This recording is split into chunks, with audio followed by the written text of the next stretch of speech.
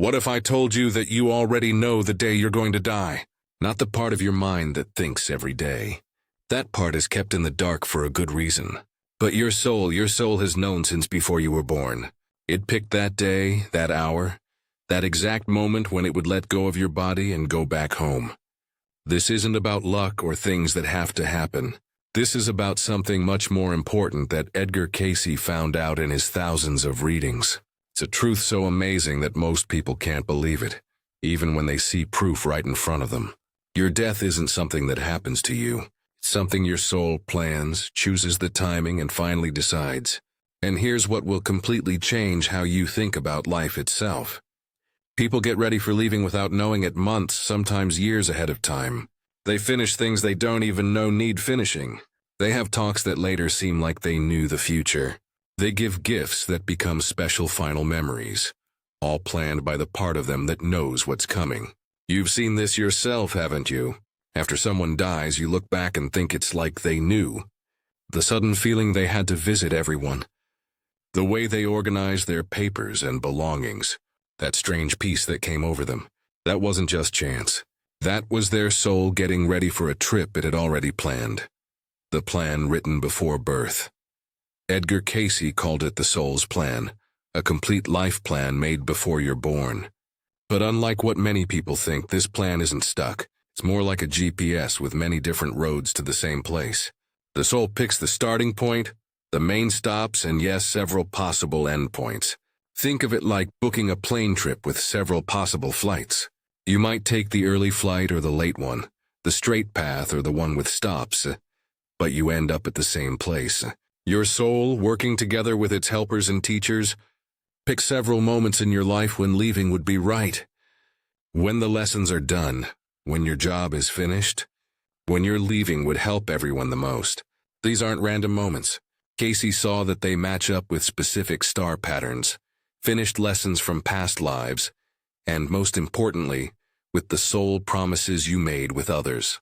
Your death, as shocking as this may sound, is often more about what it teaches others than what it means for you. A mother who dies young might have agreed to give her children the experience of losing her early, not to be mean, but to help wake them up spiritually. A man who lives to 90 might have agreed to be the family's anchor, holding space for many family members to learn specific lessons.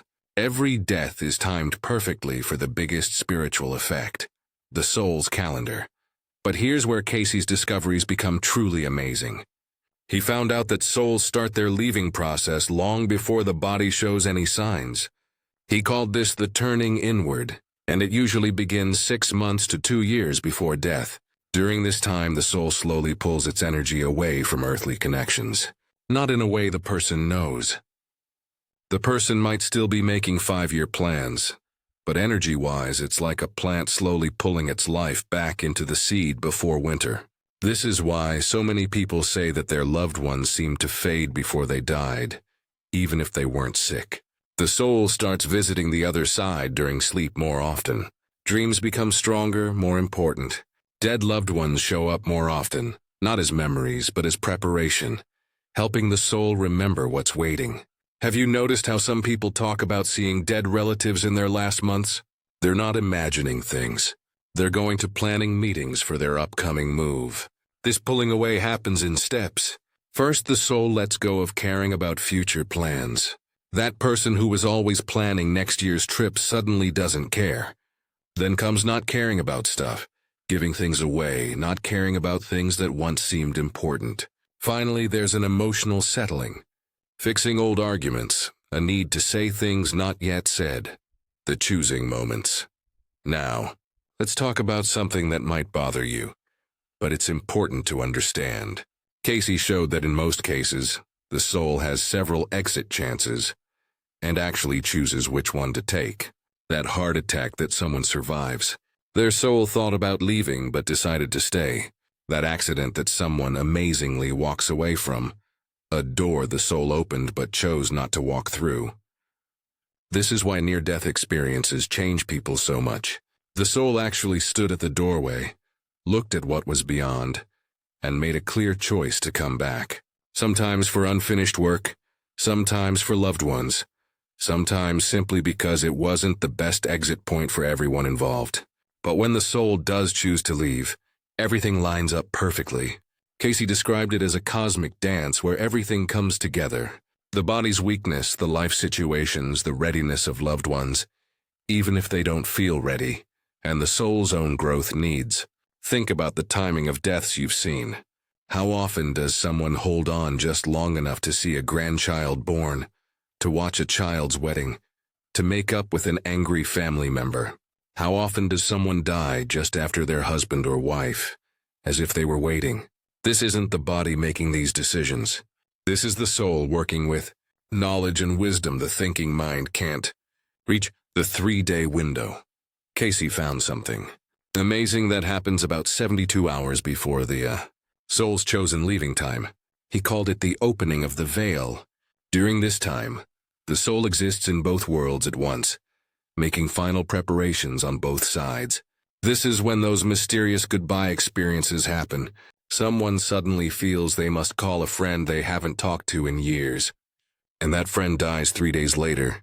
A daughter has a strong urge to visit her mother, arriving just in time. A person appears in many people's dreams on the same night, and within days they're gone. The soul, knowing its leaving is close, sends out energy waves to those it needs to connect with. Not everyone gets these signals in a way they know. Depends on how sensitive they are, how open they are, their own soul's awareness. But the signals are sent like a cosmic roll call, gathering energy and attention for the change about to happen. During this 3-day window, the leaving soul also experiences what Cayce called the life preview, not to be confused with the life review that happens after death. This preview lets the soul see the complete picture of its current life, to understand how all the pieces fit together, to love even the imperfect moments. If you've ever been with someone in their final 72 hours, you might have seen this. The moments of clearness where they seem to understand everything. The peaceful smile that comes from nowhere. The look in their eyes that suggests they're seeing something beautiful you can't see. They're watching their life from the soul's view, finally understanding the meaning behind what seemed like chaos. If this matches your own experiences, if you've seen these mysterious preparations or felt these unexplainable urgencies, share your story in the comments. These coincidences are more common than most people know, and sharing them helps others understand the deeper patterns at work. And if you're finding value in these ideas, consider subscribing. We explore these deep mysteries every week, always trying to understand the deeper workings of life. Why souls choose difficult departures. This brings us to one of the hardest parts of Cayce's discoveries. Why would a soul choose a difficult death? Why cancer instead of peacefully in sleep? Why an accident instead of old age? The answer changes everything about how we understand suffering. According to Cayce, souls choose difficult deaths for several reasons, none of which make sense to humans, but all of which help spiritual growth. First, a hard death can balance past life debts, not as punishment, but as experience needed for complete understanding. A soul that caused suffering might choose to experience it, not because the universe is mean, but because experiencing both sides brings wisdom. Second, difficult deaths often teach powerful lessons to those left behind. A child who dies of sickness might start medical research, inspire charities, or wake up spiritual seeking in hundreds of people. The soul agrees to this role before birth, understanding that its suffering will reduce suffering for others. Third, and this is deep, some souls choose difficult deaths as a way to grow spiritually really fast. The mind work needed to stay peaceful, faithful, and loving through physical suffering can do what might otherwise take several lifetimes. It's like choosing the advanced class instead of the beginner level. Harder, yes, but leading to faster growth. The permission process. Here's something that will change how you think about every relationship in your life. Cayce discovered that souls don't leave without permission. Not from God or the universe, but from the souls they're most connected to. This permission isn't given in a way you know. You're not aware of giving it, but soul-to-soul agreements are made. This is why sometimes a dying person holds on despite terrible suffering. They're waiting for permission from someone who isn't ready to let go. And it's why sometimes the moment a family member finally says it's okay, you can go, the person dies within hours. That spoken permission lines up with a soul-level release that allows leaving. This permission process explains something else. Why some people aren't there for a loved one's death despite trying desperately to be there. Their soul might have agreed to not be there, understanding that their absence would make the leaving easier. Or the opposite. Why someone feels they must be there and arrives just in time. Their soul committed to watching, to being part of the moving team. Think about deaths you've experienced. Who was there? Who wasn't? What permissions were given or held back? The patterns, when you look for them, are amazing. The preparation symptoms. Cayce identified specific signs that show a soul is getting ready for its chosen leaving. These aren't medical symptoms. Doctors might find nothing wrong. They're spiritual symptoms. Signs of the soul slowly disconnecting from physical reality. First comes what he called the distant gaze. The person seems to be looking through things rather than at things. They're seeing with split vision, partly here, partly somewhere else. Their attention drifts, not from confusion, but from expansion. They're seeing more than the physical world. Then comes the sorting dreams. Vivid dreams where they're organizing, packing, preparing for a trip. They might dream of airports, train stations, boats leaving. They're not symbolic dreams, but actual preparation experiences. The soul practicing for its upcoming move. There's also the gathering urge, a sudden need to see specific people, to visit meaningful places, to touch important objects.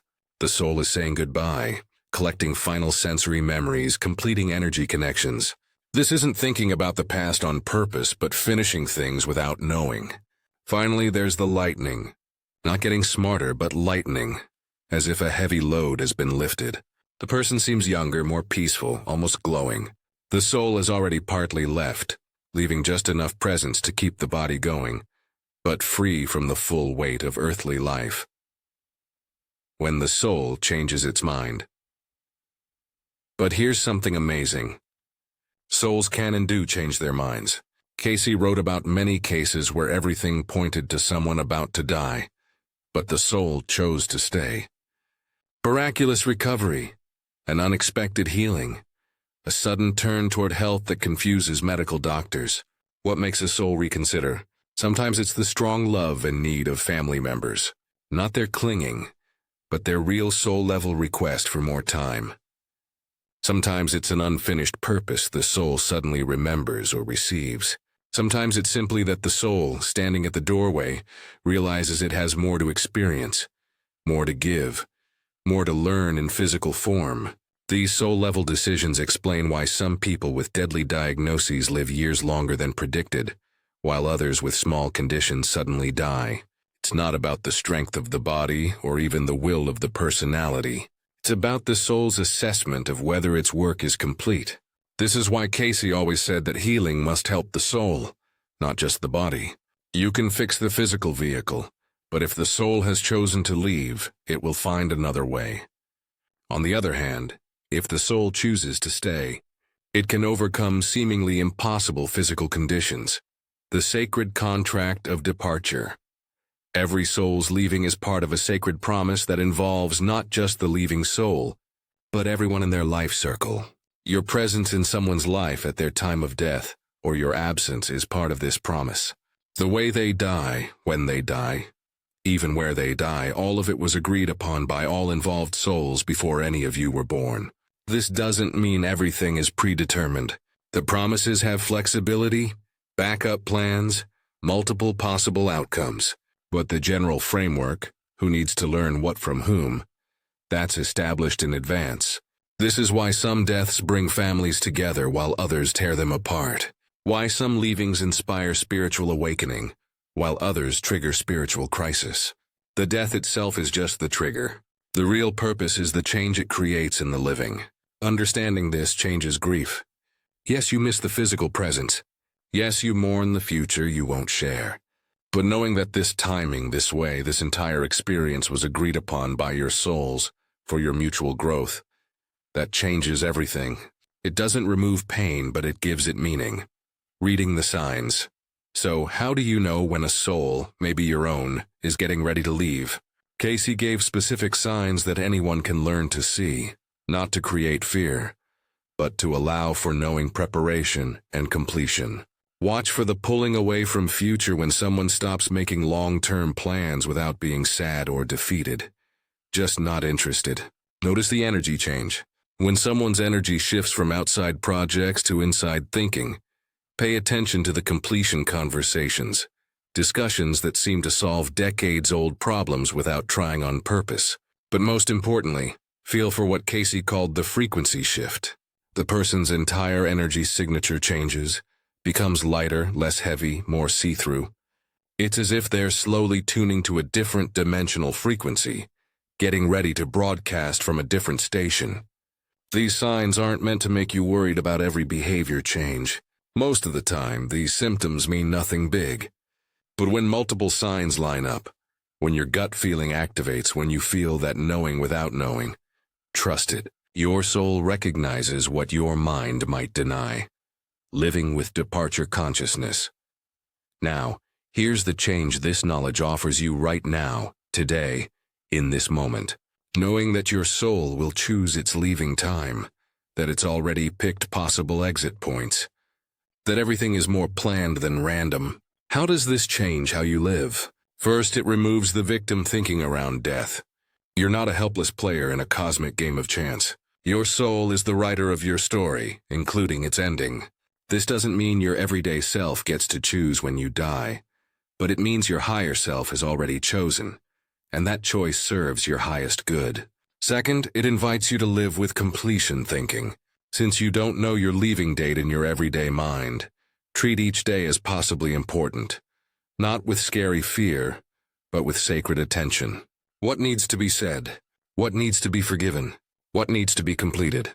Third, it asks you to recognize the sacred promises you have with others. Every relationship in your life exists for a reason, serves a purpose, teaches something important. Even the difficult ones, especially the difficult ones, they're all part of the soul agreements you made before being born. If this view is shifting something within you, let me know in the comments. Sometimes just recognizing these deeper truths helps understand them. And please share this video with anyone who might be struggling with fear of death or confusion about life's meaning. Understanding the soul's role in choosing leaving can be deeply healing. The practice of conscious preparation. Cayce recommended specific practices for living with awareness of your soul's eventual leaving choice. Not to invite death, but to live more fully by accepting its reality. These practices prepare you not just for dying, but for living with greater presence and purpose. Each morning, greet your soul and thank it for another day in physical form. Know that this day was chosen, that your presence here today serves a purpose. Ask your soul what needs attention, what promises need fulfilling, what love needs expressing. Each evening, review your day as if it were your last, not with regret, but with gratitude. What did you experience? What did you learn? What did you give? If your soul chose tonight for leaving, would you feel complete?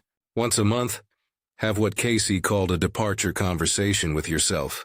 If you knew your soul was getting ready to leave, what would you need to do?